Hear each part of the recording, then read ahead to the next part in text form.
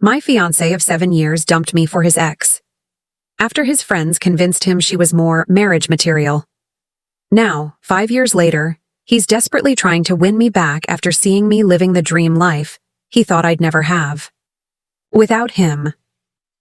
Hold on tight, because this is a truly remarkable journey, one that took me 5 years to fully comprehend and process. Names have been altered for obvious reasons, but every single detail is entirely accurate. 5 years ago, my world unexpectedly shattered. My fiancé of 7 years, Jake, decided I was no longer the right woman for his future. After almost a decade together, through college, career changes, building what I believed was our forever, sat me down and delivered the most devastating conversation of my life. "Mia, you know I love you," he began, which, in hindsight, should have been my first warning, as good news rarely follows those words. But I've been doing a lot of thinking lately about what I really want in life, and I'm not sure we're heading in the same direction anymore. This was after 7 years together, after I had supported him through grad school while working 2 jobs, after we had gotten engaged 6 months earlier with a ring I helped him choose, after we had already put a deposit down on our wedding venue and sent save the dates to 150 people. But here's the crucial part. His college friends had been influencing him for months about his ex-girlfriend from sophomore year, Christina. She had recently moved back to our city after finishing medical school, and suddenly, Jake's friend group was acting as if she were some kind of prize he'd foolishly let slip away. Christina was everything I apparently wasn't.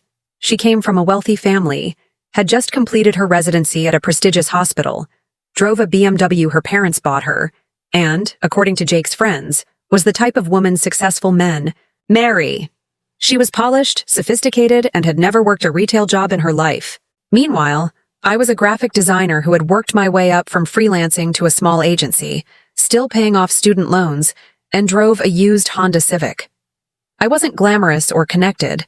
I was just someone who loved Jake unconditionally, and thought we were building something wonderful together. Jake, the absolute coward, went along with his friend's campaign wholeheartedly. He told me he'd realized we had different life goals, and that perhaps we'd gotten engaged too young. He said Christina had always been the one that got away, and that seeing her again made him question everything. Looking back, I now understand this was a spineless way of saying his friend group had convinced him I wasn't impressive enough for the life he desired. The breakup was swift and brutal. Within 3 weeks, Jake was posting Instagram stories with Christina. Within 2 months, they were Facebook official. Within 4 months, they were living together in a downtown condo her parents helped them acquire. I watched from the sidelines as my entire future crumbled. We had discussed marriage naturally since we were engaged. We planned to buy a house, discussed baby names, even looked at neighborhoods with good schools. I thought I was 6 months away from becoming Mrs. Jake Morrison. The most painful part was how his friend group acted as if I had never existed. These were people I had spent countless weekends with, who had been invited to our engagement party, who had known me for years. Suddenly, I was completely erased from their social circle. His best friend, Ryan, who had been planning to be our best man, blocked me on social media. His college roommate, Matt, who had asked me to help him propose to his own girlfriend the year before, acted like we'd never met when I ran into him at the grocery store. It was as if 7 years of my life had been completely deleted. I was devastated, completely and utterly broken. I spent the first 2 months practically living on takeout and wine, crying myself to sleep most nights. My sister kept telling me to move back home to Portland, that staying in the same city as Jake was just torturing myself. But something stubborn within me refused to flee. Instead, I got angry, truly, genuinely angry. I had always been passionate about design, but during our relationship, I had played it safe with steady agency work, while Jake pursued his MBA. He had been supportive but dismissive, calling my freelance projects side gigs, and suggesting I focus on climbing the corporate ladder instead. His friends had been even less encouraging, with Ryan once asking when I was going to get a real career, like Christina's medicine. Well, guess what? That side gig became my salvation. I threw myself into freelance work with everything I had. I used my marketing knowledge to build a personal brand, leveraged social media as if my life depended on it, and started networking with local small businesses and startups. I took on every project I could find: logo designs, website builds, social media campaigns, brand identity packages. I reinvested every dollar back into better equipment, online courses, and design software. I worked 18-hour days, learning about client relations, project management, and business development. The timing was perfect. The startup scene in our city was exploding, and I managed to catch the wave just right. Within a year, I had gone from making $40,000 at the agency to pulling in six figures as an independent contractor. By year 2, I was able to quit my day job and focus on freelancing full-time. But the real game changer came when a tech startup I designed branding for was acquired by a major company, and they recommended me to their entire network. That single referral changed everything. Suddenly, I had more work than I could handle. I had to start turning down projects and raising my rates.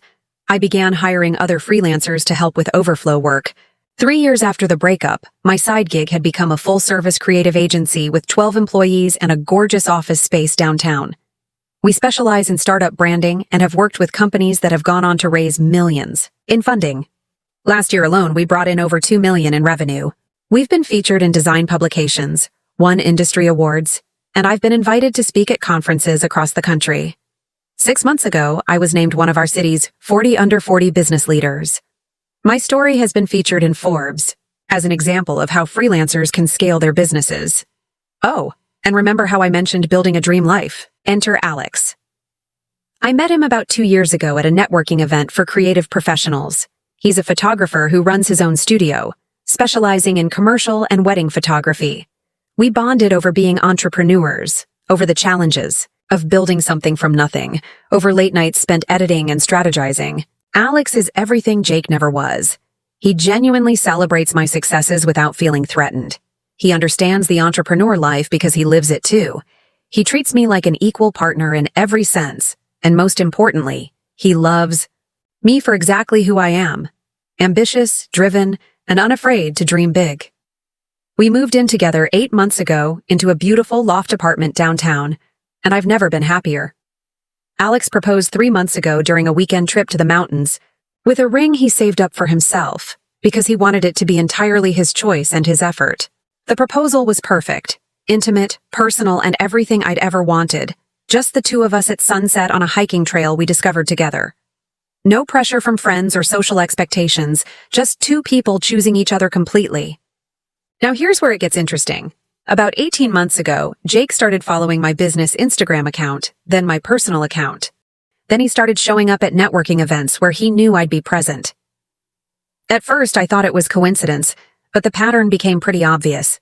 His marriage to Christina, from what I can gather through mutual connections and some light social media investigation, is not going well at all. Turns out, marrying someone because they look impressive on paper doesn't guarantee happiness. Who could have seen that coming?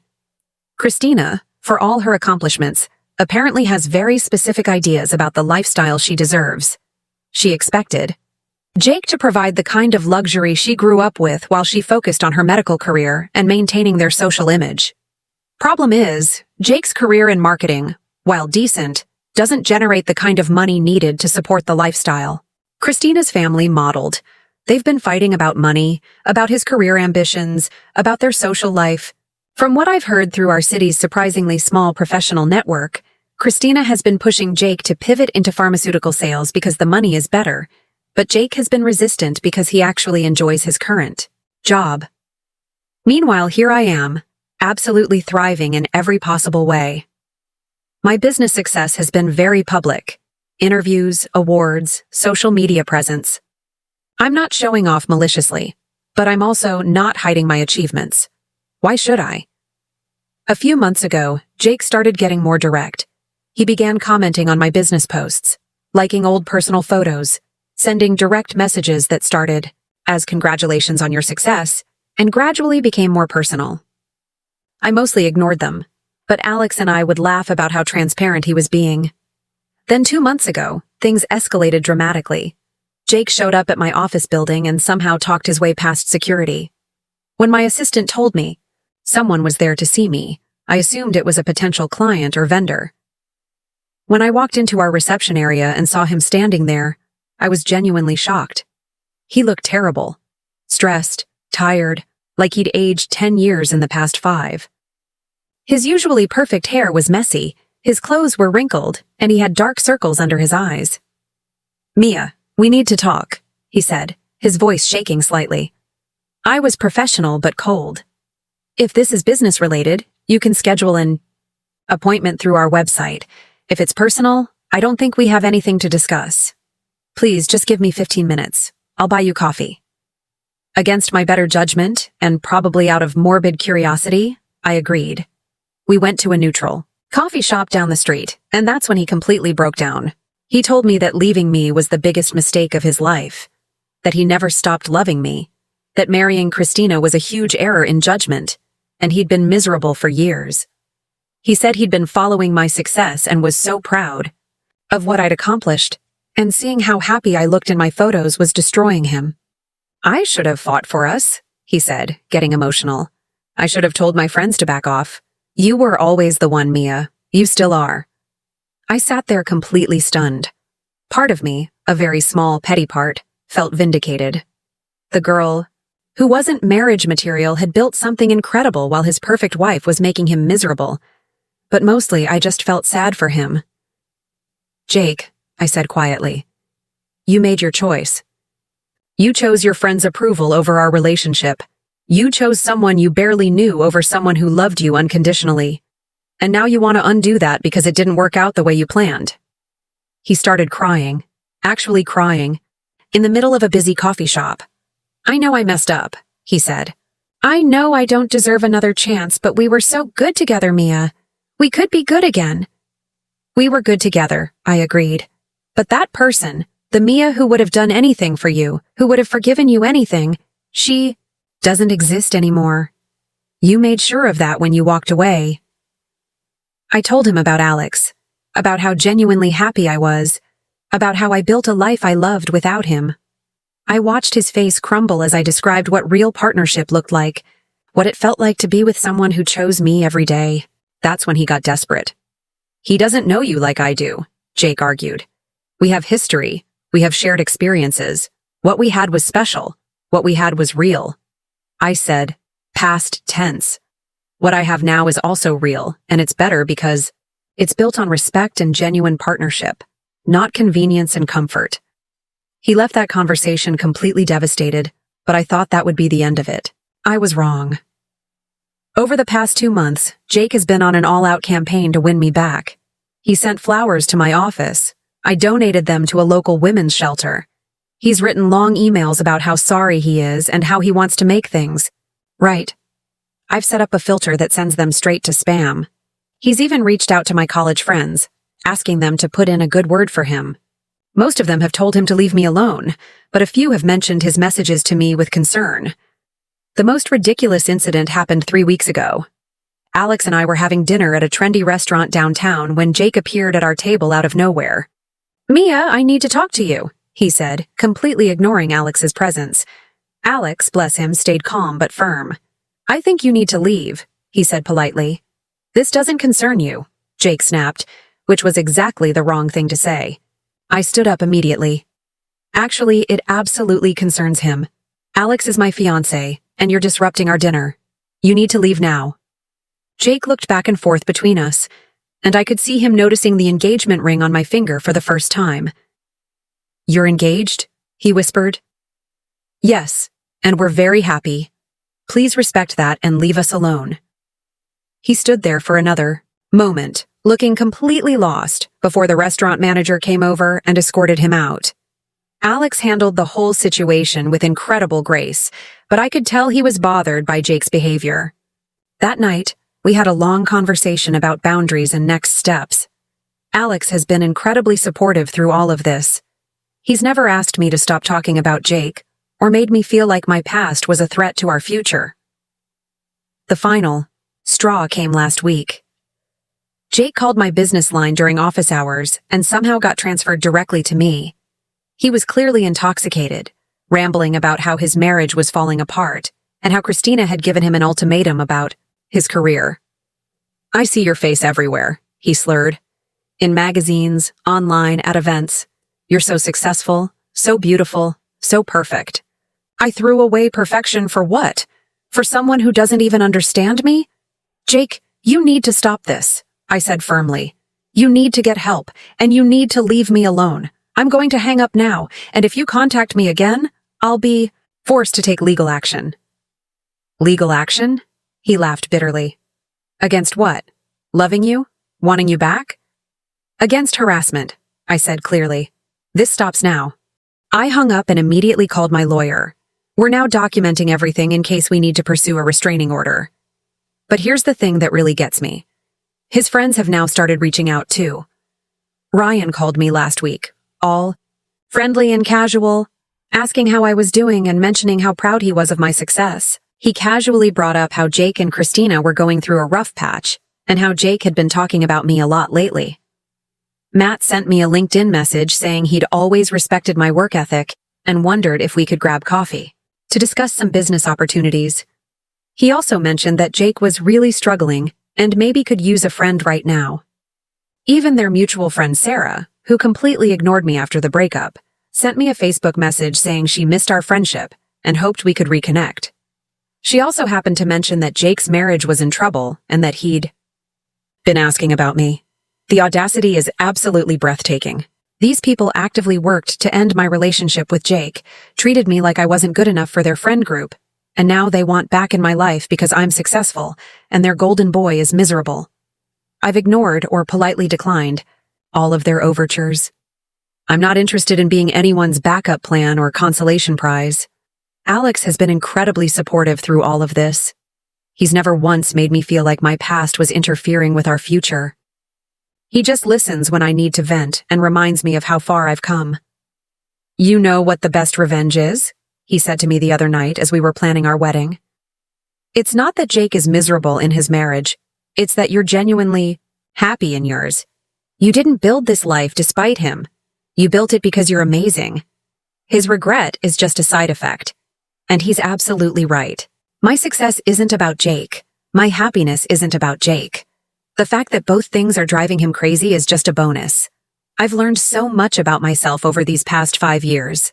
I learned that I'm stronger than I thought, more capable than I believed, and worthy of love that doesn't come with conditions or caveats. I learned that sometimes the worst thing that happens to you can redirect you toward the best thing that happens to you. I also learned that you can't build a relationship on other people's expectations. Jake and Christina's marriage was doomed from the start because it was based on what looked good rather than what felt right. They're both trying to be people they're not, living up to standards that have nothing to do with their actual compatibility. Meanwhile, Alex and I are planning a wedding that's completely us. Small, intimate, focused on celebrating our partnership rather than impressing anyone else. We're building a life based on shared values, mutual respect, and genuine love. It's everything I thought I had with Jake, but real this time. I don't hate Jake. I actually feel sorry for him. He's trapped in a life he chose for all the wrong reasons, and now he's realizing what he gave up. But that's not my problem to solve anymore. The funniest part, Christina apparently found out about Jake's attempts to contact me and is furious. According to mutual connections, she's now convinced that Jake never got over me and is threatening to leave him if he doesn't get his act together. The irony is delicious. She's basically in the same position I was in, except she's the one he chose. Jake has been radio silent for the past week, presumably dealing with the fallout at home. Part of me wonders if Christina will follow through on her threats, or if they'll find a way to make their marriage work. Honestly, I hope they do figure it out, because everyone deserves to be happy, just not at my expense. As for me, I'm focused on the future. Alex and I are getting married in 4 months.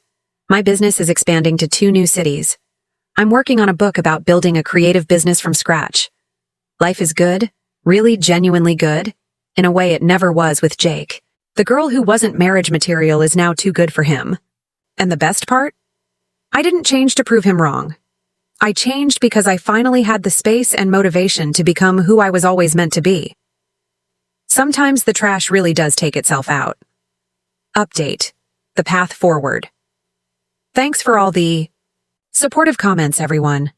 A few people asked about the business, and while I can't share specifics for privacy reasons, I will say that following your passion, even when others dismiss it, can lead to incredible opportunities. Don't let anyone make you feel small for dreaming big. Also, for those asking about Jake's current situation, I honestly don't know and don't want to know. I've blocked him on everything and asked our mutual friends not to update me on his life.